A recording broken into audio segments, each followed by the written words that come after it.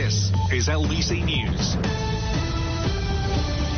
It's exactly 8:25 here on Weekend Breakfast, and private tenants can't legally be evicted from their homes in England until September the 20th.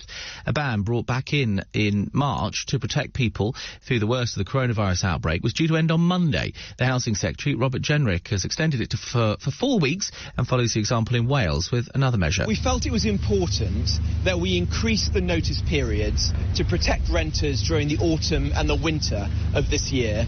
And so if your landlord serves notice on you, they won't then be able to take any further action for 6 months. Landlords say they're being left to foot the bill.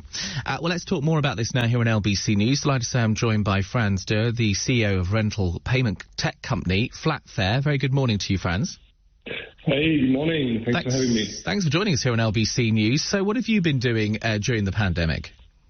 Yeah, I mean, we all put our heads together, obviously, and we're thinking really hard how we can support both landlords and tenants during these difficult times.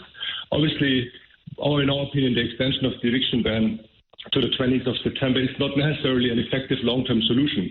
So in our opinion, the government is really just, kicking the can down the road.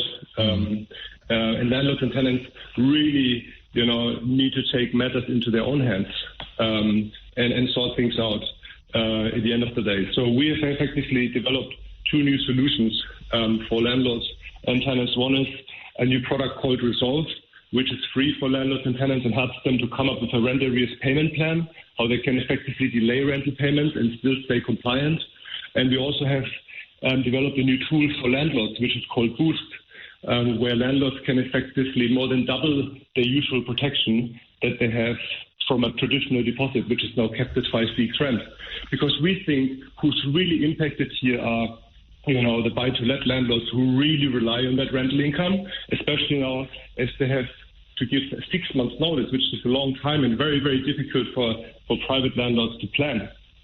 So we kind of put our heads together and we're pushing those products out to the market, which are now available. Yeah, so the new plan that's come into place at the moment, as you say, a bit of a stopgap. It does appear to be something that the government needs to look at in more detail when they return from their summer recess. Yeah, absolutely. I mean, there's some interesting ideas, for example, that the Welsh government has already implemented or is soon to be implemented, like a tenant loan plan, for example, which currently applies to the private rental sector only, allowing tenants to borrow money to cover the arrears that they have built over time at very affordable interest rates. So there's a lot of different ideas, but I think, the UK government really needs to act now. This crisis is not getting better. As more people lose their jobs, there's a growing crisis in the rental sector. Shelter estimates, for example, that more than 500,000 renters are already taking on debt, such as overdrafts, credit cards, and payday loans even. So there is need for a solution. The government really needs to start acting instead of just making, last-minute announcements to delay this timeline. And what have renters been saying to you about how they've been struggling during the pandemic? Yeah, I mean, at the moment, due to this eviction ban, obviously we don't necessarily see the full impact yet. But as obviously rent arrears are mounting, the real stressful period will happen now in the fourth quarter of this year, with more and more tenants not being able to pay rent. But in general, there's a lot of distress in the market. Absolutely. Well, thank you very much for talking to us here on LBC News. That's Franz Doerr, the CEO of rental payment tech company Flatfair.